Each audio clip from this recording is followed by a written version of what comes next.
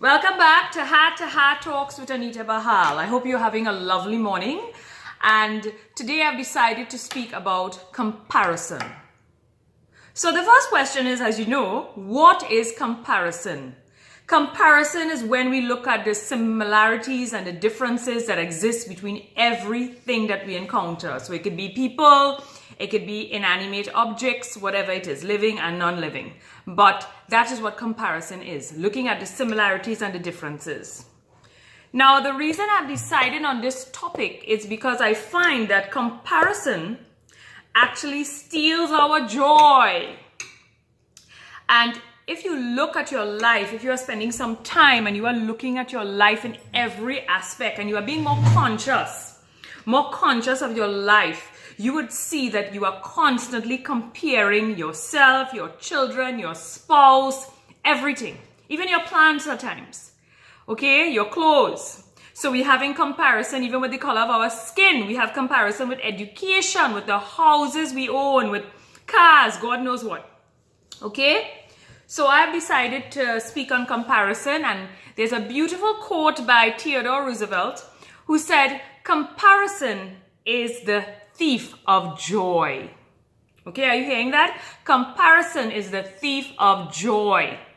So I want to explore this a little bit today, not going on too long, but I definitely want to explore it, and I hope that you put this in your daily life. And I'm just talking from my experience, and I'm also talking from changing what I used to do before to what I'm doing now. And because I'm changing in every moment, I am noticing that I am experiencing much, much more joy. And I want you all to experience this joy too, okay? So the only way we can have sustainable joy is that if we actually do certain things daily. It's like taking let's say a course. If you're doing a course, you can't just study one day and expect to pass and expect to do well. You have to continuously review the material and so forth. So what I'm doing is I hope that you practice. You have to practice a bit, because don't forget, an ounce of practice is better than a pound of preaching. So remember, I'm not only, okay, I probably sound like a preacher, but it's not about preaching. I am practicing this myself, and I want you to do that, okay? So let's talk about one of the first things that I want to talk about is how we continuously compare ourselves, okay? So I'm starting with myself, how we continuously do it. I don't know about you, but when I used to work, I would constantly compare myself in terms of weight. I would see so much teachers very slim, and I would feel very fat, and I would constantly be concerned of my weight. And I noticed that many times when I look back, I would have skipped a meal to have a chocolate because I was looking totally in terms of how much calories I was consuming. I was not focused on nutrition. But it all came back to that root problem of me looking at how the other women looked. You know, they were slimmer than me. They probably had nice size, better size than me, or whatever it was. And what is sad, when I look at myself, no matter how much I even lose weight, I am said to be big boned. Like if you were to take the wrist size, my wrist size, I do have big bones. But anyway, that's beside the point. The point was I was comparing myself, right? And I just wanted to be slim. I wanted to fit in.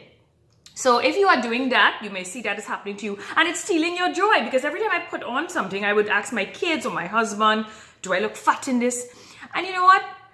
Strange enough, I am probably the heaviest I have been in years, and I'm actually the happiest now. Now, I'm not saying to go put on weight. No, don't get me wrong. What I'm saying, incorporate healthy meals. What I'm saying is make sure, and yes, get some exercise, but try to be better than who you were yesterday.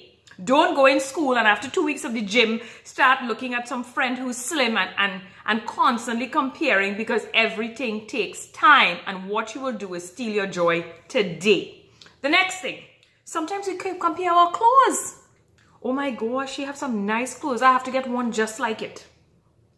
Honestly, that was not my thing, but we have this. Some people, they just have to have every latest fashion, and they continuously are comparing their clothes. They are comparing even their houses. You know, oh my gosh, he built an extension, so I want to build an extension.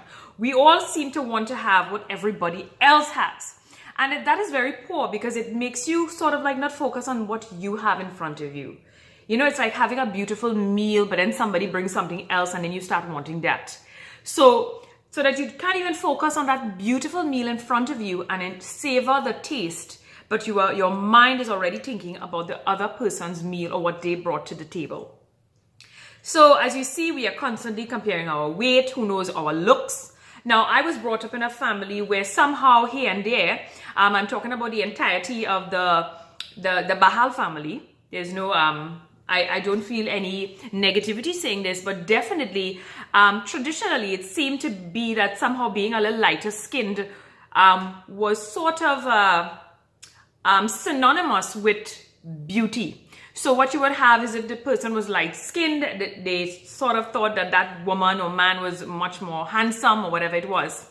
Now, as you can see, I'm not very light-skinned. In fact, I was one of the darkest nieces or darkest kids among the Bahal family. Most of my cousins are very light-skinned, and not that they are any different, and actually they are very wonderful people, and they didn't make me feel any less, but it sort of was the culture, like being light-skinned seemed to make you pretty, as I said.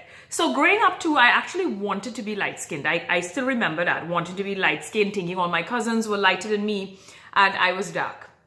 Anyway, so if you are doing these, and now, sorry, I just cut you short there. And now I love myself, but a long time I have loved my complexion since I probably was grew out of my teens. I grew to love my complexion. I realized, wow, you know, some people want to tan themselves, some people find they're too white. Some people find they're too dark and all sorts of things. But I grew to love myself, honestly, in terms of color. Okay? So if you're experiencing this, please try to move away, embrace yourself. You know, we have to be grateful if we have no disease, if our eyes can see well, if we can smell, if we, you know, we can use our mouth, if we can hear well. These organs are organs of action, and we should be more concerned as if it can carry out its function instead of this whole thing about beauty that has gone beyond, far beyond, okay? So I want you to feel whole. Look at your body and feel whole and be grateful. What we have to is a lot of people are putting a whole set of contacts. Imagine not having any problem with your eyes, but you are just putting all these colors for beauty's sake. Now I'm telling you, my strong belief on this is please do not put all sorts of fake eyelashes and all sorts of contacts into your eye and, you know, do all sort of things that are unnatural to the body, because it's almost like you are inviting problems if you have a healthy body. Okay? So do not compare yourself so much that you're going, you know, you're putting on, you want eyes like them and you want, sorry to say, like a bottom like them. So you're putting on a little fake bottom and you're putting on so much things, you know. Be you. There's only one of you in this world. Be you, but be good. Okay? So we find ourselves comparing, and what people don't realize, sometimes we also not comparing, but when we in the, with our friends, they tend to compare and they don't realize it's getting in our psyche. So that we sort of like accept comparison as a norm. So imagine. So I'm going out with my children, we're going out for a little family, get together, and I meet a friend. I'm like, okay, here's Arjun, here's Ajay, here's Anjali. The first question. So which one of them doing medicine like the father? Now in that moment, I would say no, you know, the boy is not into that, they don't really like that, they like physics and math and computers and whatever. And you know, they'll be like, really? So none of them are doing like their dad? And you know, they don't realize this person, they may talk for 30 seconds and walk away. And who knows? Our children, this has been happening to you too. Our children might feel less of themselves because they might think, oh, I'm not like my dad, or I'm not doing like my mom, or whatever. And we may not know. But you walked away and you left these kids thinking, oh my gosh, I should have done better. Probably I could be like my father or whatever. So we need to be mindful. Do you not realize that our children or our spouses or whoever it is have had different experiences than us? Now, something had ignited Safraz to be a doctor. In fact, he told me it was a teacher who looked at him and said, you would be a doctor. And it was actually when he, I think, went into the operating theater with Mr. Vijay Narayan Singh, is where he really, he said it even ignited further that he decided to be a surgeon. Now, my children have come into contact with many different people. They have actually played more sports. They have actually been exposed to more music than Safra's. So they are different individuals. So please, friends and family, when you are going about your business and you think that you are saying something very trivial, it does impact families. It does impact children. Please be mindful, okay? And a little bit to share on that is Anjali. I remember one time I went to Freeport Hindu where my kids went to school, which I'm very proud to say.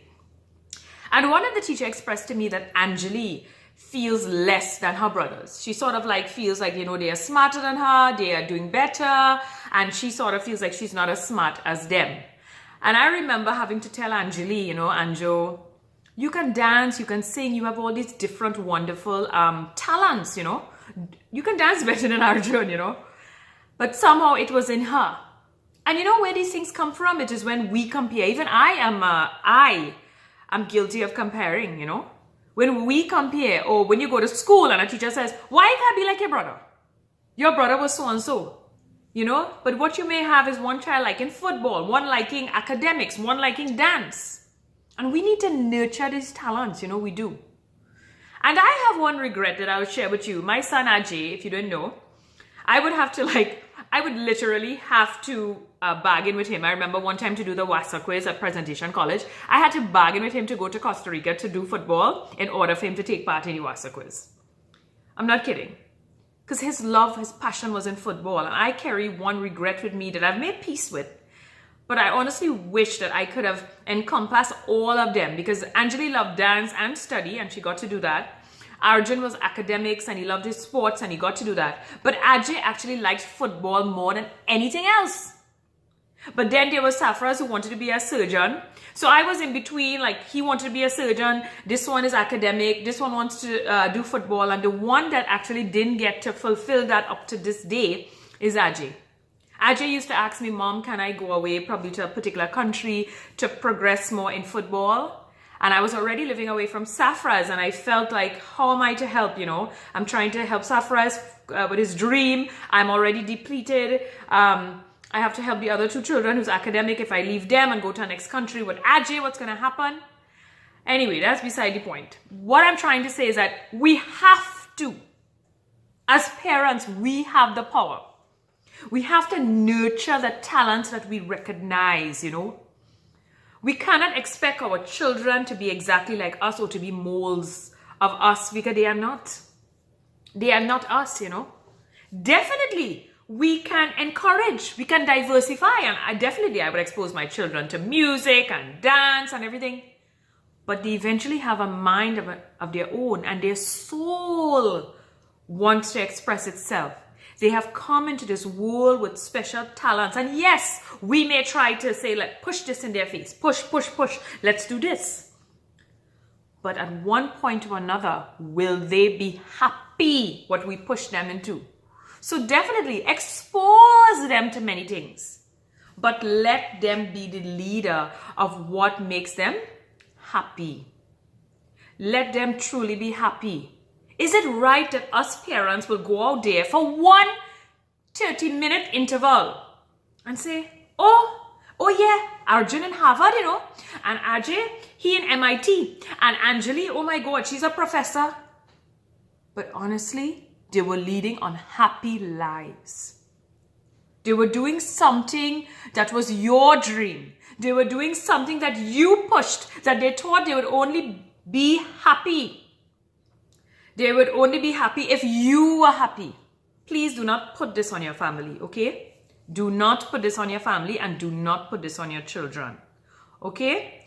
Our lives is not about boasting and telling everybody else about what our kids are doing and they are not truly happy. Our lives are to experience joy. It's important to be happy, because I met a friend recently, okay? And she's a teacher. She has a wonderful son. My goodness, this kid is like awesome. And you know what? He just want to go and catch a frog, catch a snake, go and catch some caiman in the back in somebody's yard. And this boy just be so excited, I tell you. And I said to her, we have to push him in this direction because this is his passion. Of course, we could tell our kids, we want you to be able to read and write and definitely have basic knowledge skills. But please, I tell you, ignite what you see. Of course, if they are going in a wrong way, I'm not saying don't correct them. But I'm saying don't ignore their talents. If it is for music, let it be. A lot of people think because I was a teacher in 2 top schools, and because I myself had been a bit smart and married to Safras, who people think is very smart, they sort of think that my children, I would totally push them into academics, and I definitely wanted them to be the best. But I never said you cannot be a mechanic. I never said you cannot be a hairdresser. I used to always say, do what you love, and no matter what you choose, do it to the best of your ability, and I would be happy with that. And I know people may be amazed at this because they might say, well, your children, they're doing well in school. Yes, because apparently they were able to do well. They clearly had some sort of mathematical ability or science ability, but they don't want to be a neurosurgeon, or they don't want to be a teacher like me, and that's okay. So please do not just bombard too much of your ideas on your kids. Be mindful of family members, because sometimes they take it to heart and they sort of like want to please us, and then they would lead unhappy lives. Let your kids explore. We live in a time, as I say again, where the world is like open to us. And I tell my son, look at Ajay right now. He's not sure what he wants to do. He loves physics. Let him go into his physics, and if he decides, I want to change, he can change, Nothing's wrong with that. Nothing is written in stone. Please remember that. One of the nicest ways to adapt to this world is to be flexible.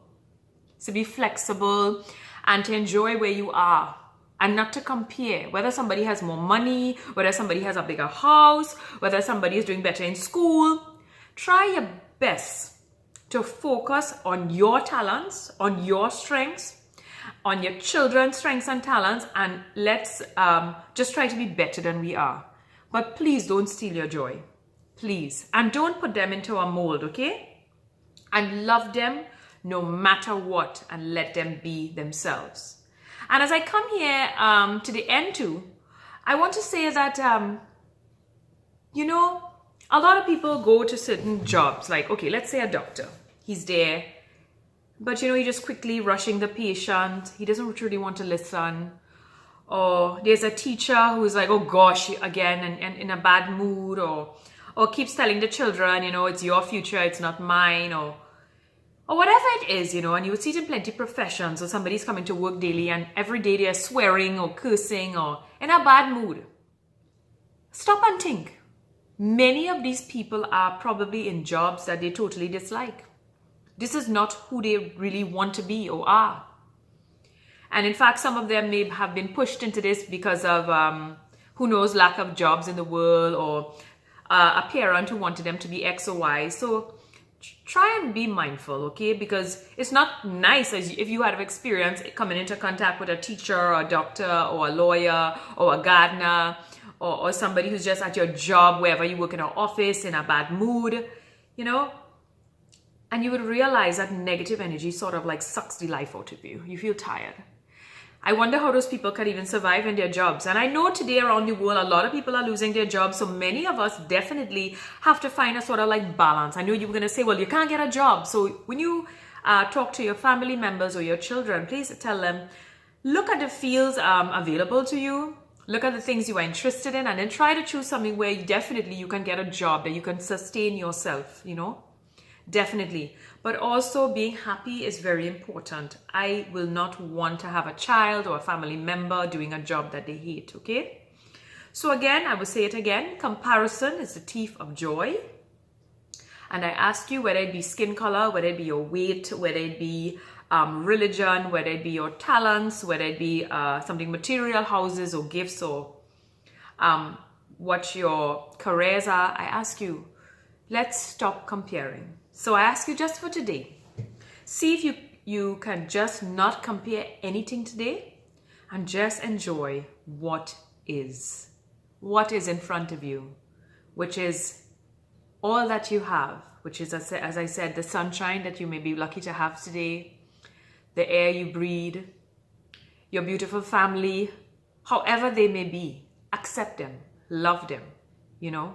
Look in front of you, this person that you are, with all probably your organs and all that work. Be grateful. Forget about, you know, whose eyes are more beautiful, or who nose is thinner, or who, whatever, have dimples, or who have nicer hair, or it's curly, or it's straight. Love yourself and look at yourself as you are and embrace this moment. Okay, so have a wonderful day, and please try, at least for today, and try each day to be better than who you are without comparing yourself to others, because comparison is the thief of joy. And if you love this video, I ask you humbly, if it has done something to you, and if you are going to try this today, and if you feel it has helped you in any form or fashion, I humbly ask you to share it, because I really want people to really experience change.